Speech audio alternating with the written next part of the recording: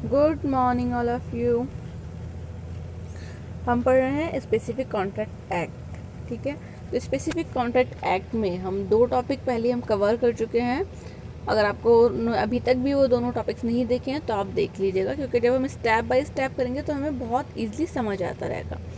तो हमने इससे पहले एक टॉपिक किया जिसका नाम था इंडेमनिटी, जिसे हम क्षतिपूर्ति बोलते हैं। तो वो कौन से सेक्शंस में था? वो 124 और 125 में आता है। ठीक, उसके बाद हमने किया गारंटी, जो 126 से लेकर 147 तक आता है। अब कौन सा सेक्शन आएगा? 148। तो जब हम 148 की बात करते हैं तो 148 बात करता है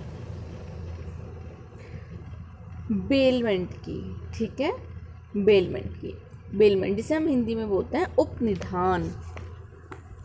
चल, अब हम पढ़ते हैं कि उपनिधान क्या होता है, लेकिन उससे पहले मैं आपको एक एग्जांपल से समझाती हूँ जिससे आपको समझने में बहुत ज़्यादा इजी हो जाएगा। ठीक है, देखिए बेलमेंट, मान लीजिएगा कि आप अपने फ्रेंड के पास गए, सपोज़ कीजिए कि आप अपने फ्रेंड के पास गए और आपने कहा कि मुझे 2 दिन के लिए आपकी कार चाहिए, मुझे वहाँ जाना है। उसने कहा ठीक है भाई, लेके चले जाओ। तो ये जो आपने उससे कार मांगी, उसने आपको कार दी और आप कार लेके चले गए। तो ये जो एक कॉन्ट्रैक्ट हुआ आपके पास, तो ये कैसा कॉन्ट्रैक्ट होता है? बेलमेंट का कॉन्ट्रैक्ट होता है। या मैं कहीं जा रही थी और मेरे घर में कुछ गुड्स थे, तो मैंने आपसे कहा कि भाई ये मेरे जो गुड्स हैं आप इनका ध्यान रखिएगा।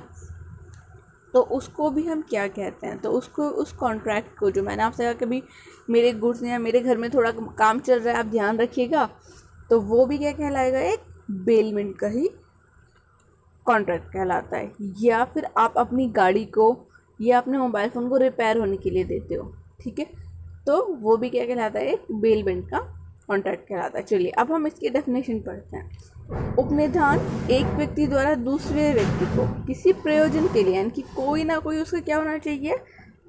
पर्पस होना चाहिए। जैसे आपको कहीं जाना था या आपने फ़ोन दिया ठीक होने के लिए, तो क्या पर्पस है? किसको ठीक होने के लिए दिया? तो इस संविदा पर वस्तुओं का प्रदान करता है कि जब वस्तु क्या डिलीवर किया जाता है, गुड्स, जब प्रयोजन पूरा हो जाए, यानी कि जब वह काम हो जाए तो वो लौटा दी जाएंगी या परिधान करने वाले व्यक्ति के निर्देशों के अनुसार अन्य व्यक्ति को दे दी जाएंगी। मान लीजिएगा मैंने अपना फ़ोन दिया और रिपेयर होने के लिए, और रिपेयर होने के लिए जब मैं अपना फ़ोन देती हूँ तो उसने कहा कि भाई आपका फ़ोन शाम में मिलेगा। मैंने कहा ठीक है, कोई बात नहीं, मेरा ब्रदर आएगा, आप उसे दे देना। ठीक है, तो जब वो पर्पज़ पूरा हो जाए, यानी कि वो फ़ोन ठीक हो जाएगा, तो क्या करेगा? वो उसे लौटा देगा, परिधान कर देगा। या यानी कि जो मैं परिधान करने वाली व्यक्ति हूँ, मैं अपने बिहाफ पर भी किसी दूसरे को भेजकर वो चीज़ मंगा सकती हूँ। आई होप कि आपको ये इसकी डेफिनेशन है वो समझ में आ गई होगी। इसी तरह से अब हम बात करते हैं इसमें पार्टीज़ कितनी होती है। तो इसमें देखिएगा 2 पार्टीज़ होती हैं। ठीक है, अभी हमने इससे पहले गारंटी पढ़ा था, गारंटीज में कितनी पार्टीज़ थी आप लोग कमेंट करके बताएंगे। ठीक, चलिए तो अब हम आते हैं इसमें पार्टीज पे। तो इसमें 2 पार्टीज होती है, एक बेलर और एक बेली। कौन कौन सी पार्टी की? बेलर और बेली, जिसको हिंदी में बोलते हैं उपनिधाता और उपनिहिती। देखिए, उपनिधाता कौन व्यक्ति होता है? उपनिधाता वह व्यक्ति कहलाता है जो वस्तु को परिधान करता है, कि जो वस्तु देता है। कि अगर आप अपने फ्रेंड से कार लेने गए तो जो आपका फ्रेंड है, जो आपको कार दे रहा है, तो वो कौन होगा? उपनिधाता। ठीक, और वह व्यक्ति जिसको परिदत्त की जाती है, कि जिनको वह वस्तुएं दी जाती हैं, उन्हें हम बोलते हैं उपनिहिती, बेली कहलाता है। ठीक है, दैट मीन कि आप जो है, आपको वो वस्तु क्या करेगा? गुड्स क्या करेगा? वो देगा, आपको कार देगा, तो आप क्या हो जाएंगे उस टाइम पर? बेली हो जाएंगे। इतनी बात आपको समझ में आ गई है? देखिएगा क्वेश्चंस कैसे आता है। क्वेश्चन आता है कि उपनिधान किसे कहते हैं। ठीक है, उपनिधान को डिस्क्राइब कीजिएगा। या फिर आता है कि आप उपनिहिती और उपनिधाता की क्या क्या कर्तव्य हैं, उनकी ड्यूटीज़ को पढ़िए। तो ये थोड़ा सा आपको जो चैप्टर है वो लेंथी है, तो इसे हम 3 पार्ट में करेंगे। तो ये फर्स्ट पार्ट में मैं आपको सिर्फ इसकी डेफिनेशन और जो इसेंशियल एलिमेंट्स होते हैं, कि क्या क्या तत्व होने चाहिए अगर कोई भी कॉन्ट्रैक्ट हमारा उपनिधान का कॉन्ट्रैक्ट है, और उसके बाद हम पढ़ेंगे सेकंड वीडियो में उपनिधाता के क्या लाइबिलिटीज़ हैं, कब उसकी लाइबिलिटीज़ अराइज होती हैं, उसके अधिकार क्या क्या हैं। फिर हम पढ़ेंगे उपनिहिती के अधिकार और लाइबिलिटीज़, कर्तव्य। ठीक है, उससे पहले फ़िलहाल हम आज इसकी डेफिनेशन और इसकी इसेंशियल एलिमेंट्स पढ़ेंगे। तो आई होप आपको ये बात समझ आ गई होगी कि उपनिधान का जो हमारा कॉन्ट्रैक्ट है वो कहता है कि यानी कि जब एक व्यक्ति किसी दूसरे व्यक्ति से किसी कुछ पर्पस के लिए कुछ समय के लिए कोई वस्तु लेता है और फिर वह पर्पस पूरा हो जाने पर वह वस्तु वापस कर देता है, तो इस कॉन्ट्रैक्ट को हम क्या करेंगे, कहते हैं, हम इस कॉन्ट्रैक्ट को कहते हैं कॉन्ट्रैक्ट ऑफ बेलमेंट। ठीक, समझ आया? चलिए आगे बढ़ते हैं। अच्छा, एक बात और मैं आपको बता देती हूँ कि जो हमारा ये बेलमेंट है, ठीक है, ये आपने पढ़ा था, जब आपने कॉन्ट्रैक्ट एक्ट पढ़ा, आपने क्या पढ़ा, without consideration is no agreement. ठीक है, कि विदाउट कंसिडरेशन, जहाँ पे कंसिडरेशन नहीं होता है, ठीक है, जहाँ प्रतिफल नहीं होगा, वहाँ पे कोई भी संविदा क्या होती है, मान्य नहीं होती है। लेकिन कुछ एक्सेप्शंस है उनकी भी, कि जहाँ पर बिना कंसिडरेशन, बिना प्रतिफल के भी संविदा मानी जाएगी।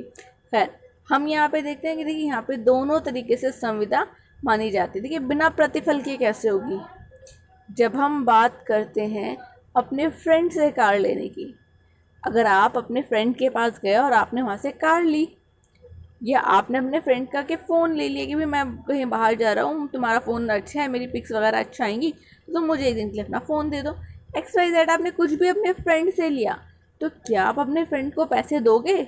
बिल्कुल नहीं देते ना। आप तो आपने फ्रेंड का सामान लिया और आप चले गए, आपने अपने कज़न का, किसी का भी XYZ इस तरह से जिसको आप जान पहचानते हो, ठीक है। लेकिन जब आप कोई भी ऐसी वस्तु देते हो सॉरी, रिपेयरिंग कराने के लिए मान लीजिएगा, ठीक है, अब आपने अपना फ़ोन रिपेयर कराने के लिए दिया और जब उसे वापस मंगाओगे तो वो कब देगा, जब आप उसको प्रतिफल दे दोगे। प्रतिफल में आप उसे पैसे दोगे और वो क्या देगा आपको, प्रतिफल में आपका फ़ोन ठीक हुआ या देगा। अच्छा, एक बात अब देखिए, अब आप समझ में आ गया। तो बेलमेंट कैसे होता है, प्रतिफल के बिना भी हो सकता है, प्रतिफल सहित भी हो सकता है। कभी कभी हमारे सिर्फ आचरण से ही बेलमेंट की जो संविदा है वो हो जाती है। दोनों तरह का हो सकता है, एक्सप्रेस भी हो सकता है और इम्प्लाइड भी हो सकता है, यानी कि अभिव्यक्त भी हो सकता है और एक्सप्रेस भी हो सकता है, ठीक है, मौखिक भी हो सकता है। और मौखिक और आचरण द्वारा कैसे हो जाता है या अभिव्यक्त कैसे कॉन्ट्रैक्ट होता है, वो आप पढ़ चुके हो, आप जानते हो उसे बहुत अच्छे से। ठीक, चलो अब हम पढ़ते हैं कि हमारी बुक क्या कहती है। बुक कहती है, क्योंकि मैं आपको बुक के वर्ड बाय वर्ड इसलिए समझा रही हूँ क्योंकि बहुत सारे स्टूडेंट को एग्जाम्पल के तौर पे समझ आ जाता है, लेकिन जो वो बुक से पढ़ते हैं या वो अपने नोट से पढ़ते हैं तो उनको वो चीज़ समझ नहीं आती, क्योंकि कहते हैं कि मैम टर्मिनोलॉजी थोड़ी सी चेंज है, ये कुछ अलग तरीके से लिखा हुआ है, इसलिए हम क्या करेंगे, वर्ड टू वर्ड करेंगे। अच्छा, जब आप ये पढ़ ही रहे हैं तो चैनल को सब्सक्राइब भी कर दीजिएगा और बेल आइकन को प्रेस कर दीजिएगा, जिससे हमारी न्यू वीडियोस आपको अपडेट हो जाए, ठीक है। ओके, चलिए आगे चलते हैं।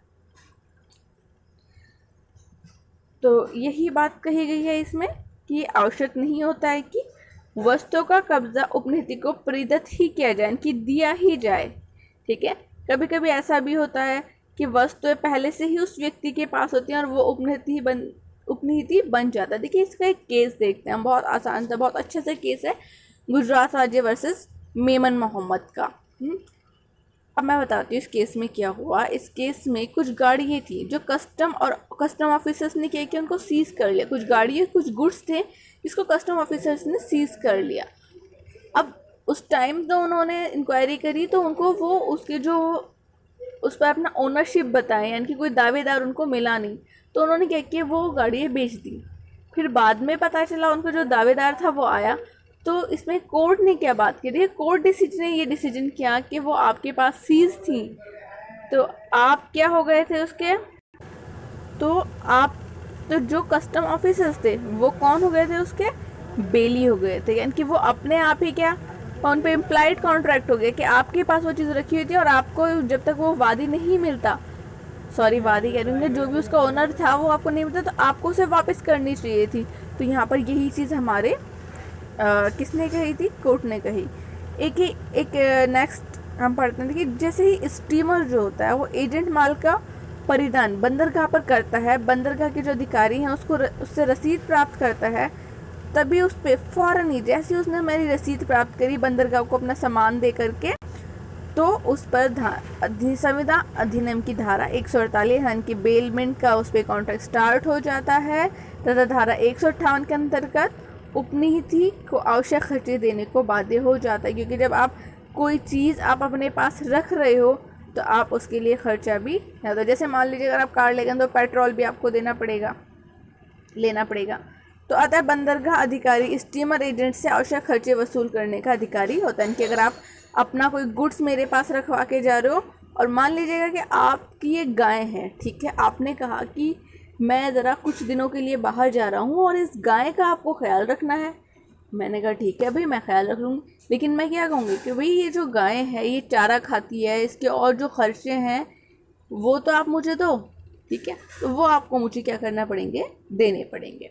यही बात इसमें स्टीमर वाला जो हमारा ये एग्जाम्पल है इसमें यही वाली बात कही गई है।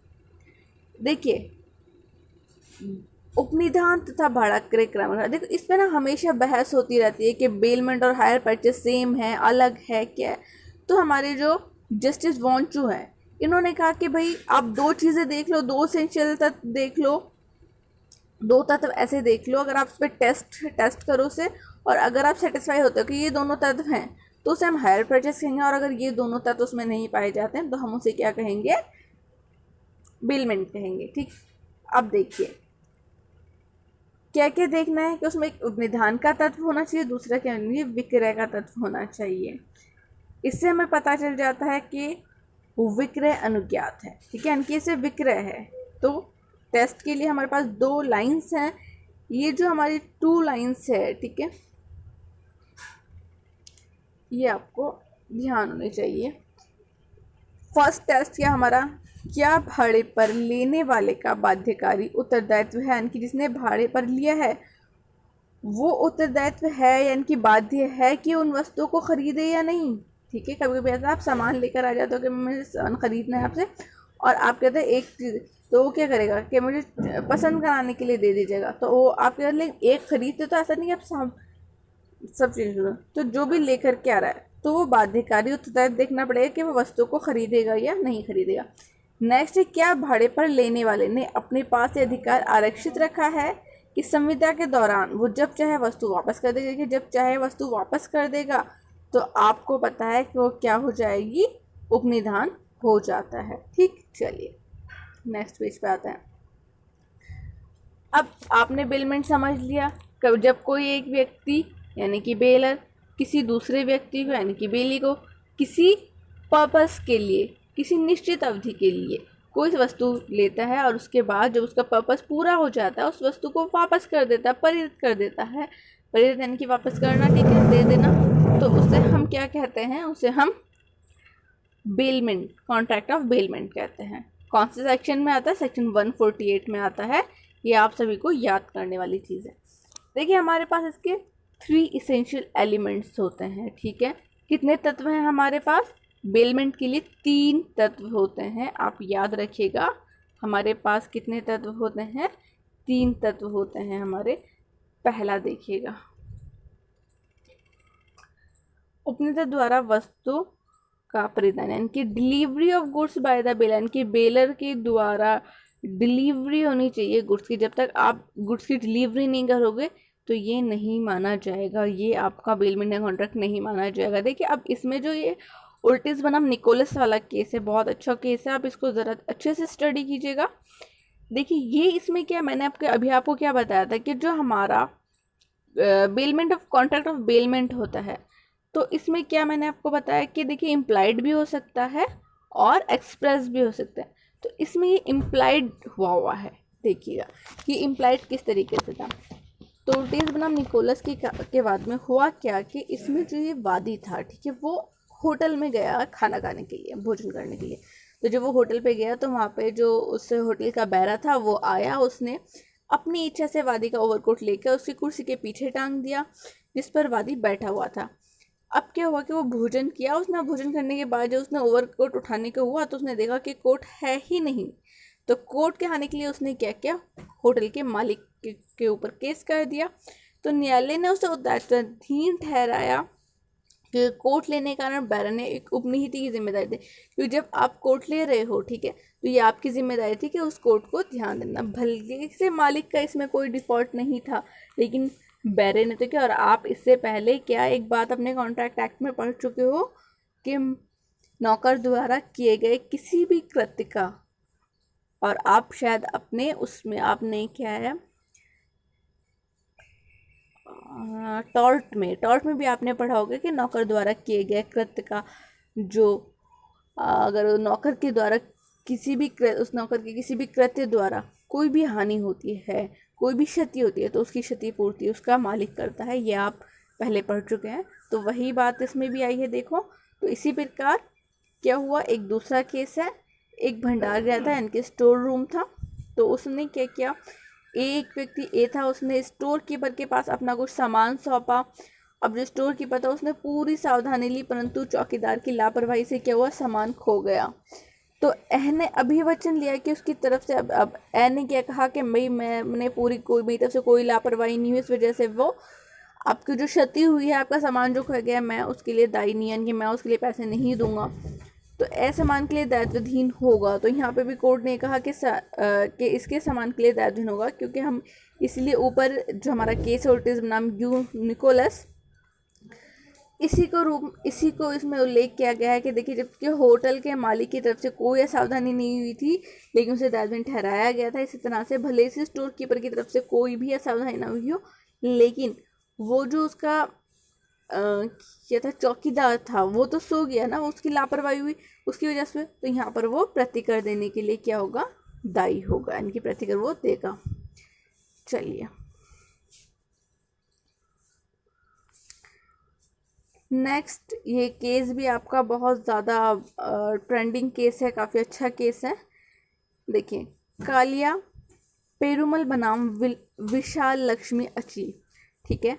तो ये इस केस में क्या हुआ, एक बार मैं केस का नाम दोबारा बोल देती हूँ, जिससे आप उसे अच्छे से याद कर लियो कि देखिए, जितने ज़्यादा हम कॉन्ट्रैक्ट एक्ट हो, कोई से भी हो, जब भी हम एक्ट्स लिखते हैं, उसमें जितने ज़्यादा हम केस डिस्क्राइब करते हैं अपने आंसर्स में, वो आंसर उतना ही ज़्यादा अट्रैक्टिव हो जाता है और आपको उतने ही ज़्यादा अच्छे मार्क्स मिलते हैं, ठीक है। तो हमारा सेकंड केस, तो फर्स्ट केस हमने कौन सा पढ़ा, उल्टेज वर्सेस निकोलस। और क्या हुआ उस केस में, उसने अपना वो खाना खाने गया था, एक बैरा आया, उसने ओवरकोट हटा दिया और ओवरकोट उतार करके उसने उसकी चेयर पे टांग दिया। फिर वो जब खाना खा के वापस निकला तो उसने देखा कि वहाँ उसका ओवरकोट नहीं था, तो उसने उसके जो होटल का मालिक था उसने उसके ऊपर केस कर दिया।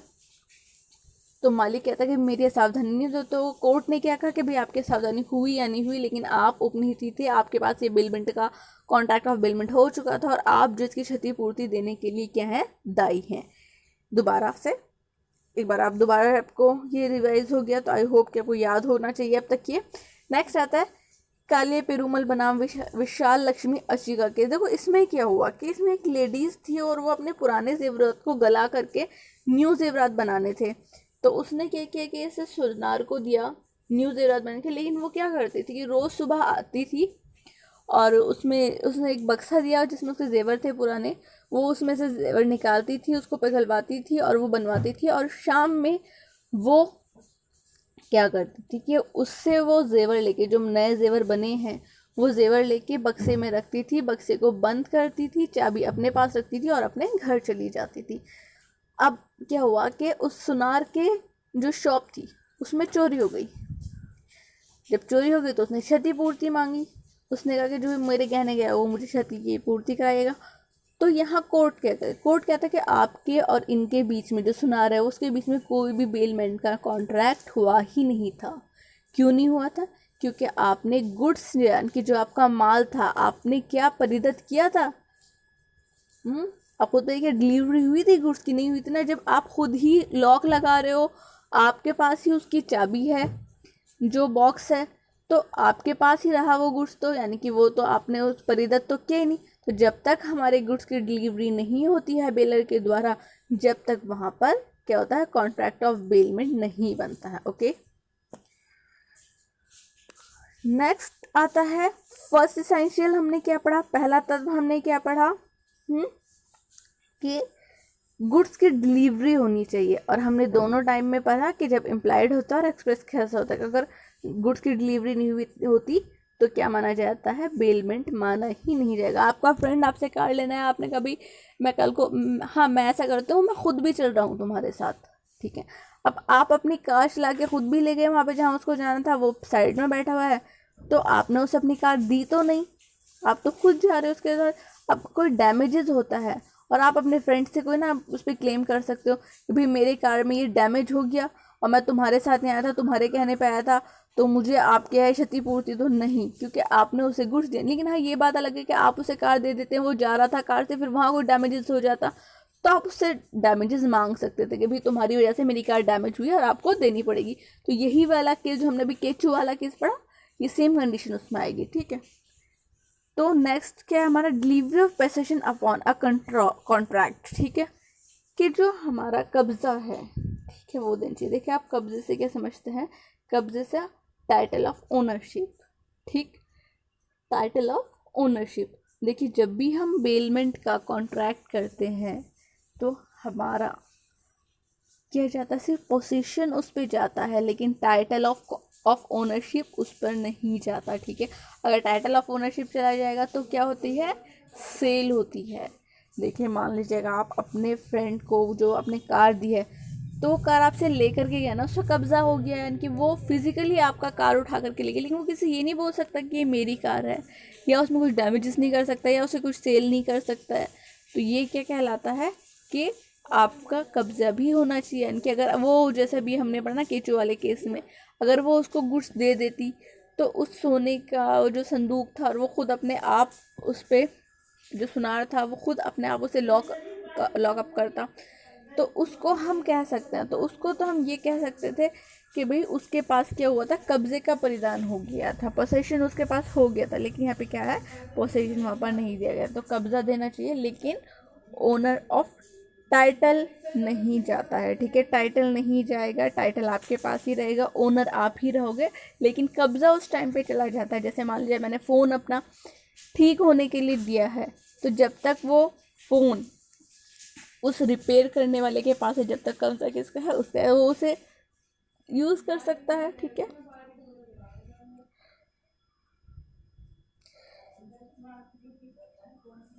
अब देखिएगा इसमें एक केस है राम गुलाम वर्सेस उत्तर प्रदेश सरकार, ठीक है। तो राम गुलाम वर्सेस उत्तर प्रदेश की सरकार, उत्तर प्रदेश सरकार में क्या हुआ कि कुछ जेवर थे जो पुलिस ने ये कहकर वादी से अभिग्रहण करें कि ये चोरी के हैं, लेकिन बाद में पता चला कि वो चोरी के नहीं थे, ठीक है।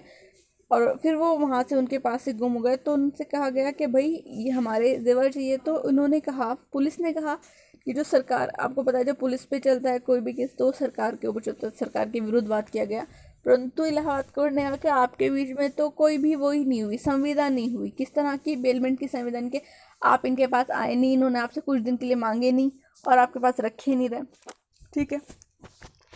तो यहाँ पर जो गुजरात बनाम मोहम्मद मेमन का केस है, उसी के आधार पर आलोचना की गई और कहा गया, देखिए लाइंस बड़े ध्यान से सुनने वाली और ध्यान से नोट डाउन करने वाली हैं।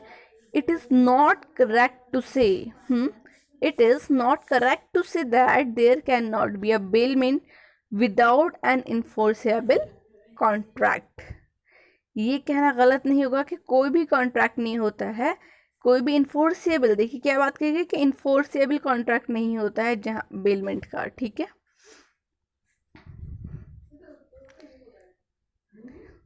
तो है कि ये कहना सत्य है कि बिना प्रवर्तनीय संविदा के, इनके बिना इन्फोर्सेबल कॉन्ट्रैक्ट के कोई भी उल्लंघन नहीं हो सकता। लेकिन नेक्स्ट ही ये बात कही गई है कि many bailments arise out of contract but the better opinion is that if it's possible for bailment to access without contract, that mean कि बहुत सारे बेलमेंट ऐसे अराइज होते हैं जो विदाउट कॉन्ट्रैक्ट के बन जाते हैं, जैसे आपका वो मैंने फ्रेंड वाला बताया, वो बैरे वाला बताया हमने अभी। लेकिन जो अच्छे कॉन्ट्रैक्ट हैं, जो ओपिनियन क्या होना चाहिए कि पॉसिबिलिटी यही होनी चाहिए कि हमारे पास जो दो कॉन्ट्रैक्ट हैं वो as it is contract enforceable ही होने चाहिए, ठीक है, उनके बीच में संविदा ही होनी चाहिए।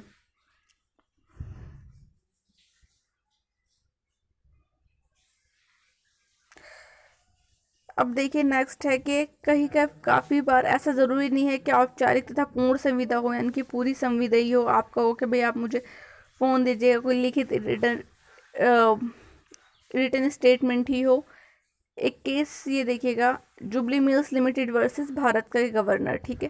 देखो इस केस में क्या हुआ कि रेल के डिब्बे उपलब्ध ना होने के कारण रेल प्रशासन ने क्या किया, जो रुई के बोरे थे, ठीक है, रुई की गांठी जिसे बोलते हैं, वो प्लेटफॉर्म पर रखने की अनुमति दे दी थी।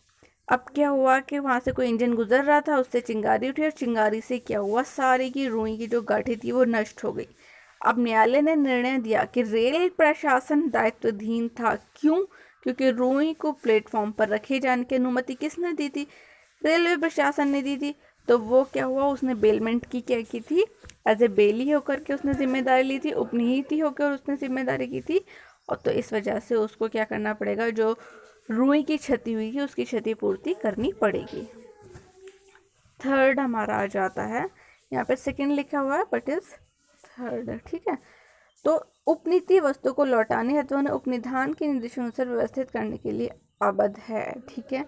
देखिए जितनी वस्तु आपने मुझसे ली है आप उसको लौटाने के लिए क्या है, आबद्ध है, यानी कि बाउंड है आप, कि अगर आप मेरा कार लेके गए हैं तो आप मुझे वही कार देंगे, या मैंने अपना फ़ोन रिपेयर होने के लिए दिया है तो ऐसा नहीं कर सकता कि वो व्यक्ति मुझसे कहे नहीं आपका फ़ोन तो मैम बिल्कुल ख़राब हो गया था, वो तो ठीक ही नहीं होने वाला था, तो एक कस्टमर आया मैंने उसे बेच दिया और अब आप ऐसा कीजिएगा ये नया वाला फ़ोन है, ये वाला फ़ोन ले लीजिएगा। कि नहीं मैं तो नहीं, मुझे तो वही पुरानी मेरा ही चाहिए, ठीक है। ये आपका कोई फ्रेंड है उसने कार आपसे ले गया, उसने वापस आके आपको दी दिया कि यार वो कार तो तुम्हारी बहुत थकी हुई थी, बहुत बेकार थी, अब तुम ऐसा करो मैं तुम्हारे लिए नया कार लेके आओ, लेकिन आपको नहीं भी, मुझे मेरी ही गुड्स चाहिए, ठीक है।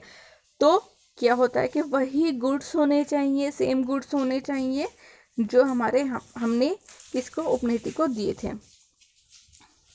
या उसके निर्देशों के अनुसार व्यवस्थित करने के लिए आबद्ध है। इसमें ये एक एग्जाम्पल के तौर पे केस है जहाँ पे अपराधी बियर बोतल में बेचते थे, ठीक है। जो बियर है वो बोतलों में बेचते थे और ग्राहक से बोतल की कीमत जमा करवा लेते थे तथा खाली बोतलें लौटाने पर उक्त कीमत वापस कर दी जाती है। यानी कि अगर जो भी बंदा खाली बोतल लौटाता था तो ही वापस की जाती थी कीमत, अदरवाइज नहीं की जाती है। तो उच्चतम न्यायालय ने निर्णय दिया कि संवार उपनिधान का ना होकर विक्रय का, क्योंकि वो पूरा ही सेल कर दिया जाता था। देखो इसका कारण ये भी था कि बोतलें लौटाने का समय निश्चित नहीं थी, क्योंकि हमें जैसे अगर आप बेलमेंट में क्या है, आपने कहा कि शाम को मिल जाएगा आपको फ़ोन, आप शाम को ले आएंगे, इसमें निश्चित समय के लिए ना आपने मुझसे कोई बुक ली कि मैम मुझे एग्ज़ाम्स के लिए बुक दे दीजिए, जब मेरे एग्ज़ाम पूरे हो जाएंगे और आपको बुक वापस कर दूंगा। तो क्या था, एक निश्चित अवधि के लिए इसमें कोई, लेकिन इसमें क्या था कि भाई जब भी आप बोतल वापस करोगे, ठीक है, आपको कीमत वापस कर दी जाएगी। तो इसमें क्या था, तो निश्चित ही नहीं थी समय।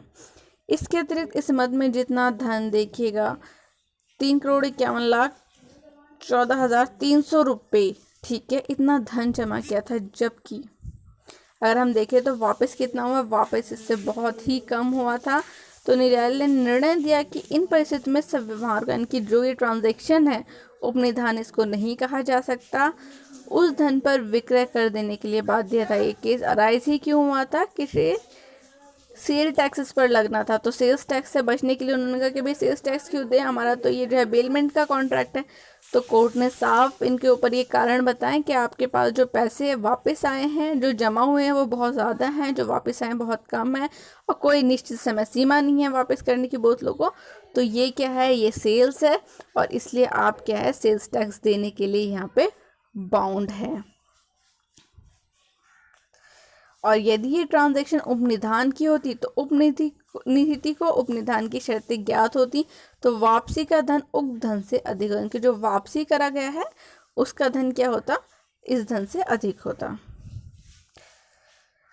अब देखिए नेक्स्ट, इस एग्जाम्पल है, एक व्यक्ति था जिसने सोने से जेवरात से भरी एक पेटी बैंक में रखने के लिए दी और बाद में क्या हुआ, वो जेवर गायब हो गया। तो न्यायालय ने निर्णय दिया कि बैंक यहाँ पे क्या था, उपनिहिती था और उसने बैंक किया था अपने उपनिहिती के कर्तव्य को निभाने में असफल रहा। न्यायालय ने निर्णय दिया कि उपनिधान उत्तराधिकारी सोने के जेवरात की कीमत तथा निर्णय की तिथि से उस पर ब्याज बैंक से प्राप्त करने का अधिकार, इनके जो वो बंदा है जिसके वो जेवरात थे उस पर ब्याज प्राप्त करने का अधिकारी है वो बैंक से। इस बाद में न्यायालय ने कहा कि माल डकैती अग्नि अन्य किसी कारण से नष्ट नहीं हुआ था, कि जिसमें बैंक का नियंत्रण ना होना नहीं हुआ, यानी कि बैंक ये तर्क नहीं दे पाई थी कि जो हमारा ये जो माल है ये डकैती से या आग से किसी तरह से नष्ट हो गया, सभी आपकी अपनी जो है उपहति से, यानी कि आपकी गैर जिम्मेदारी से ऐसा हुआ है जो ये माल हमारा खोया है। तो पेटी जब न्यायालय के समक्ष खोली गई तो पाया गया मूल कवर तहसीलें गायब थी तथा बैंक ने उस पर अपना कवर लगा रखा था। अतः बैंक को क्या माना गया?